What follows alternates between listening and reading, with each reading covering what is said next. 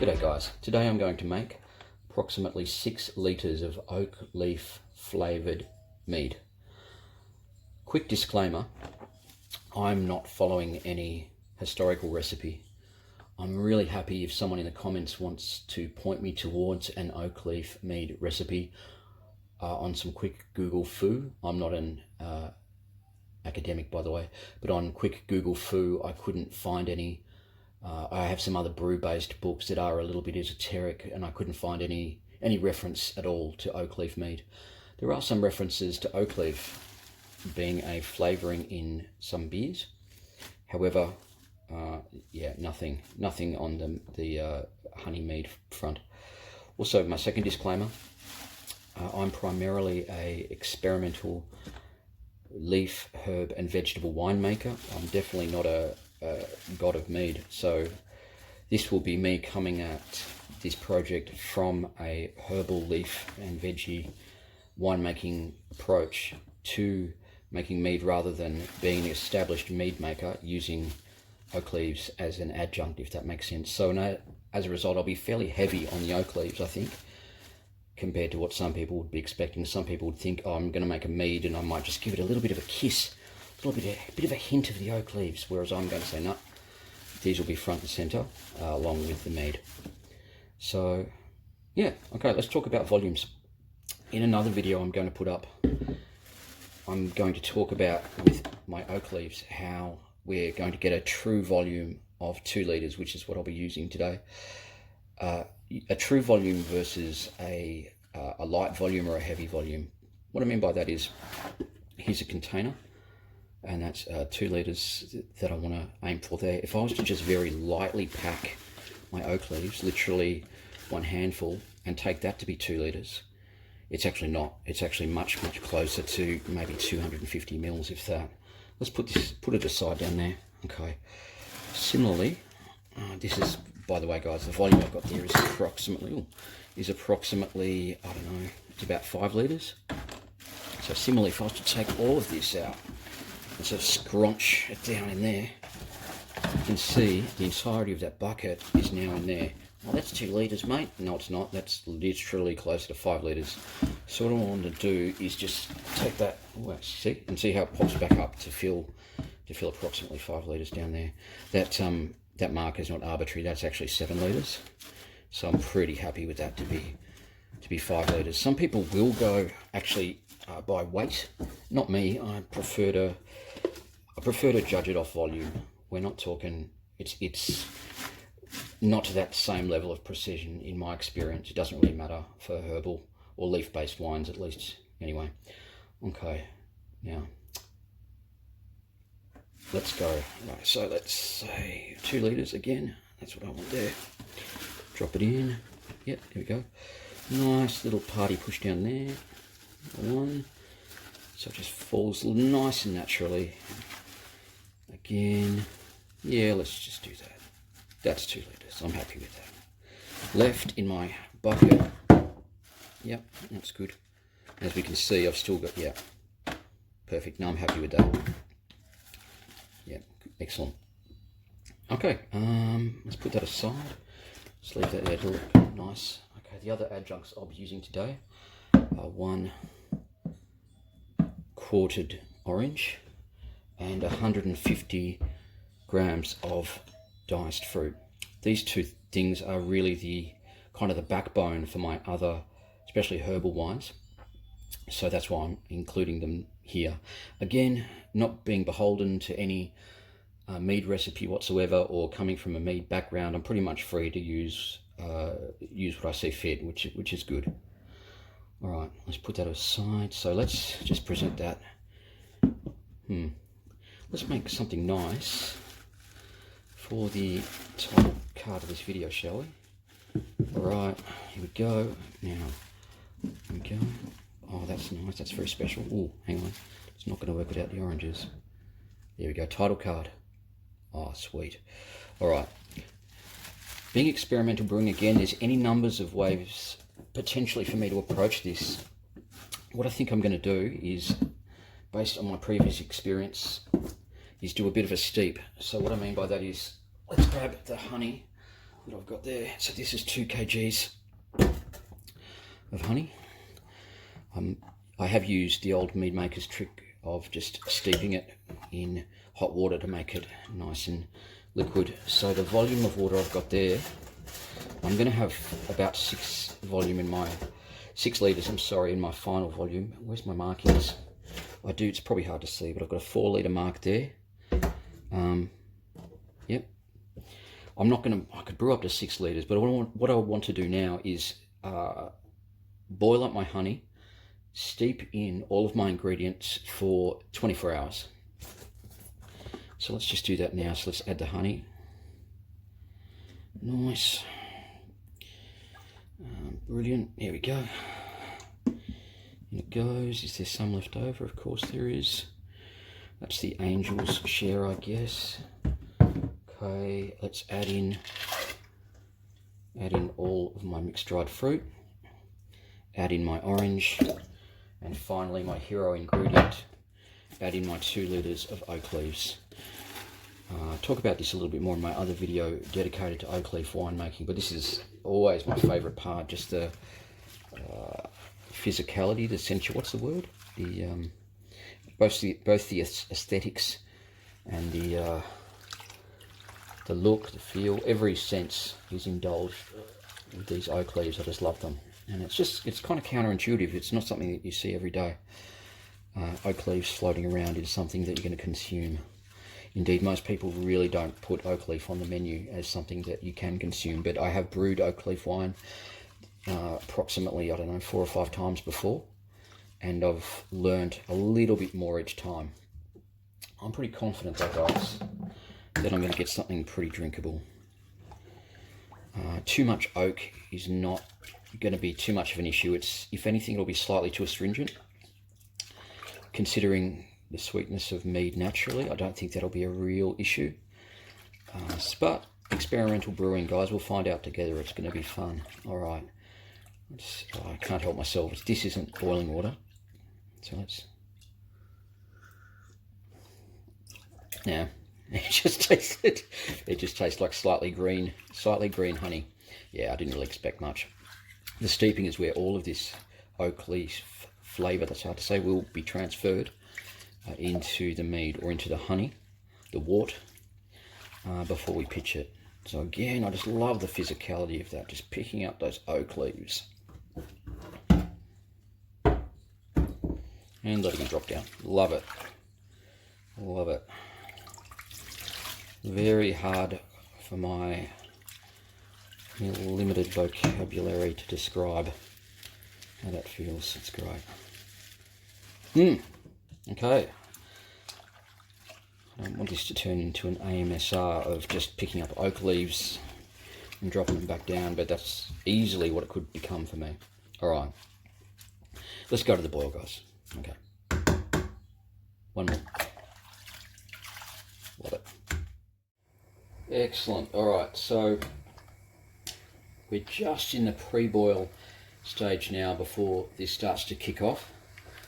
I think in my effort to be a cool dad down with the kids, I'd called it a MSR, but I think it's ASMR. What I mean is that sensory. I love it. There it is. Beautiful sensory hit. I don't know. I love it. The oak leaves. The oak leaves. Yeah, interesting. That's really cool. So you see how these top ones not really blanching out. The ones that have been going for a little while. We even see with this guy here how this one that was poking above the water before I moved it, not really blanching out, but this one, yeah, really blanching out. This process though, what I'm doing is not where all of the flavour from the oak leaves is conveyed into the wort. Correction, it's not wort. Well, is it? Yes, it is. Sorry, it is wort because there is sugar. So, strictly speaking, this is where. Hang on, what am I saying? This process doesn't actually convey the boil itself. Sorry, doesn't convey the flavour of the oak leaves into the wort. It's actually leaving it for 24 hours. So the boil is simply to help break down the cell walls of the oak leaf. Oh, of course that was going to be hot. help to break down the cell walls of the oak leaves. Leaving for 24 hours will steep it into the wort, and so more of the flavour is conveyed in. Some people, you know, I don't know, like I could stand to be corrected. You know, some people who've done this before, Morgan Freeman, no one has, but people who have done this before might swear by the method of purely boiling it and will say that I'm going to make it too astringent. We'll find out together, as I say. Again, a lovely big mass of oak leaves. Excellent, love it. Okay.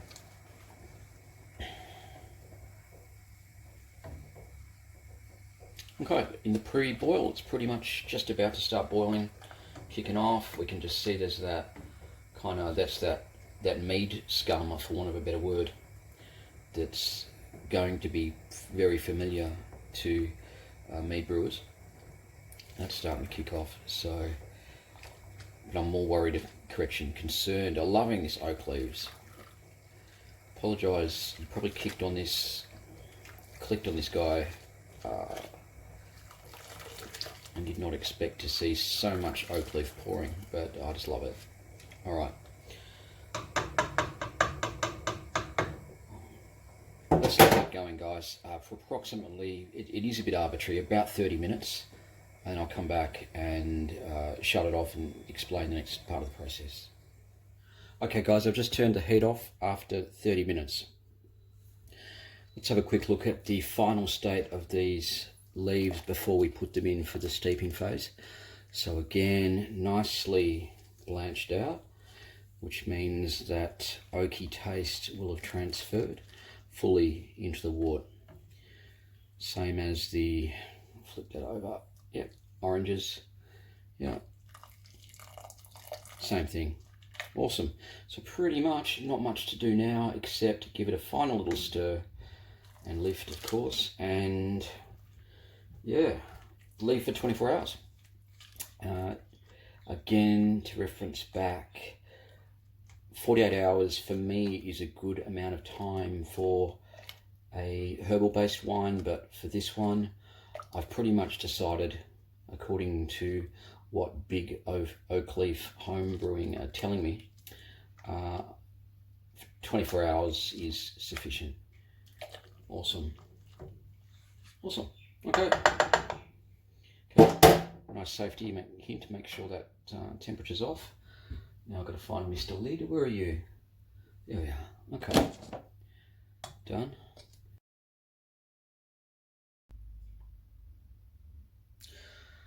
Okay guys, so 24 hours has passed.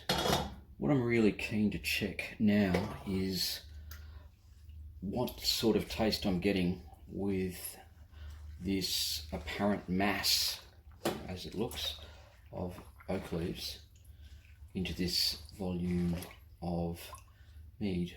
Correction, not mead yet, is it? It's a wort or wort. I've seen alternate arguments for the different pronunciation. Anyway, let's have a look.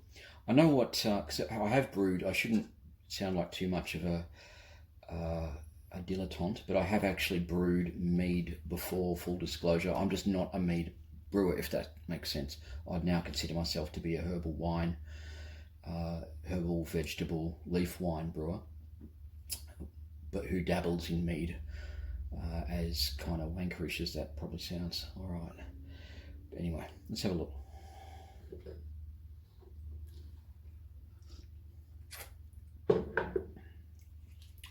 Yeah, I'm happy with that. Kind of difficult to really convey it, but obviously the honey, because I'll go into my volumes in a sec. I don't want to get hung up on that. The honey is obviously concentrated here, but the oak is definitely making a claim for itself and is not being hidden behind that sweetness, which is good. Not overpowering though. So I think that really forebodes well for the future. I'm happy with that, that's good. So to get to my volume, so this is approximately, I don't know, about 4 litres. I'm actually going to produce a final mead of 6. If I was actually, I did actually take a reading of this before. It was off the charts. If I was to attempt to brew with this now 2 litres of honey into 4 litres of water.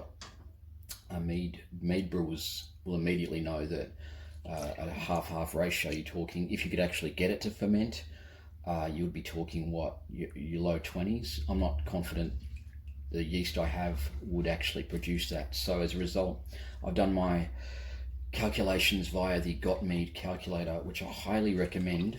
Just even as a leaf, I need to think of a better term than the qualification I'm doing with that. Even as a leaf, herbal and vegetable brewer, God, that's awkward. I use that all the time. Really good, really good. Combined with a refractometer, it gives me really good indication of where I'm going. Not brewery precise, but man, much better than I used to be. When I was just guesstimating, I would think it would tasted kind of boozy or didn't, but I had no real control or idea of what I was doing. But as soon as I got a refractometer, started using some calculators, it really transformed my brewing. Again, you'll see how much I just love lifting up these oak leaves. I cannot get enough of that. It's just awesome. Love it. All right, but sorry, oak leaves, it's time for you to depart this brew. So, I just realised this might look a bit distressing that I'm weighting down the sieve with the strainer with that knife, but if you can think of a better way, I would dearly love to hear it. All right, let's go. Let's go there, guy. All right, now then, nice gentle pour. Oh, okay. I'm sorry for mocking you, knife. I'm sorry, I shouldn't have mocked you.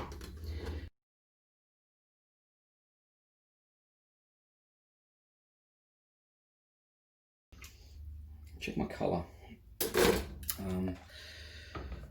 There's obviously, this is probably not that different to my final colour of my oaken mead, for want of a better term. The chlorophyll and the other botanical character notes, I don't know what I'm trying to say. The oaky things, that's better. The oaky things have transferred into the mead in terms of colour, and that is what it is. You could, if this was a product from a factory, they would no doubt do a lot of things to improve that or modify it, but it is what it is. I'm quite happy with it. Let's give that another taste, actually.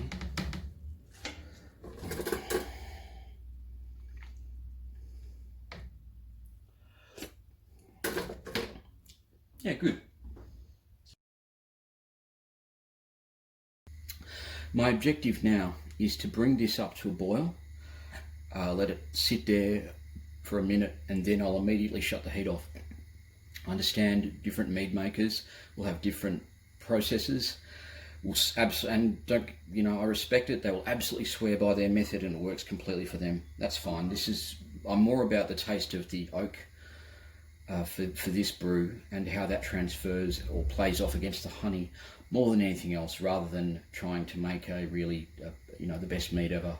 So that's my real experimentation here. So to that end, I just want to bring it up to a boil, pasteurize any bugs, bacteria or nastiness that would have got into here, including my own contact with it via spoons and stuff.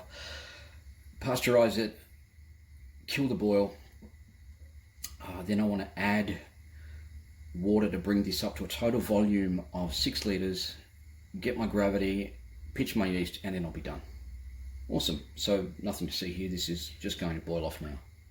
Okay guys, so several hours have passed and my wort is now down to a nice lower pitching temperature.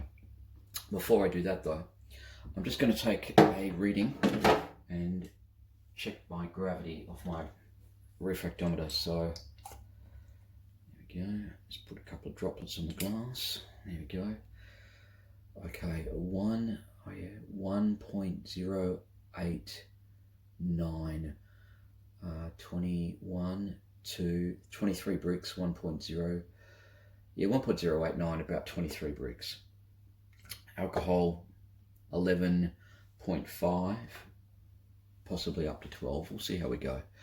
Yeah, but that's what I'm looking at the moment. I'm pretty happy with that. It's a little lower than what I thought, according to my calculations, but that's okay. And that's the beauty of experimental brewing and the hobby, learning, finding out different stuff. So yeah, All good. Alrighty, let's pitch this guy now, because I only have, oh, correction, I don't have left a large enough demijohn for, what are we talking here? What did I put in? 6 litres. I'm going to split it into 2 times 3 litre batches. Okay, let's pitch. So I'm pitching today EC 1118 wine / cider yeast. Again, certain mead makers will have their own personal preference. I've always had really good results with this guy, so I'm going to use this, and I'm really happy with it. So I'm just, for each batch, doing that second one off camera, I'm going to give 1 teaspoon or 2.5 mils. So equating it to those packets you get would be approximately, what would we say, half of a full packet of yeast approximately each. I think the EC 1118 Lalvin packets you get are going to be around the 5 gram mark.